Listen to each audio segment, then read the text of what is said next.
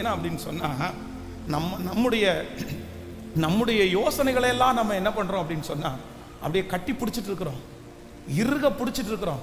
நான் விட மாட்டேன், நான் விட மாட்டேன், நான் விட மாட்டேன், இது எனக்கு நிறைவேறியே ஆகணும். சில நேரத்தில் நம்முடைய ஆசைகளை எல்லாத்தையும் வந்து ரொம்ப டைட்டாக நம்ம பிடிச்சிருக்கிறோம்.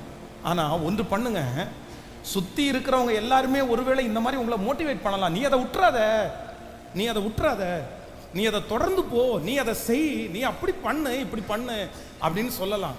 ஆனால் நான் என்ன நம்புகிறேன் அப்படின்னு சொன்னால், அந்த டைட்டாக நீங்கள் பிடிச்சிருக்கிற ஒன்றை அப்படியே அப்படியே கொஞ்சம் லூஸாக நீங்கள் விட்டு, இல்லை ஆண்டவரே எனக்கு இது வேணும், இது நடக்கணும்னு நான் அடம் பிடிக்கல, ஆனால் ஒன்று நான் நினைக்கிறேன், நீங்கள் ஆசைப்பட்டீங்கன்னா அதை எனக்கு செய்யுங்க ஆண்டவரே, உங்கள் விருப்பம் இருந்துன்னா நீங்கள் செய்யுங்க ஆண்டவரே.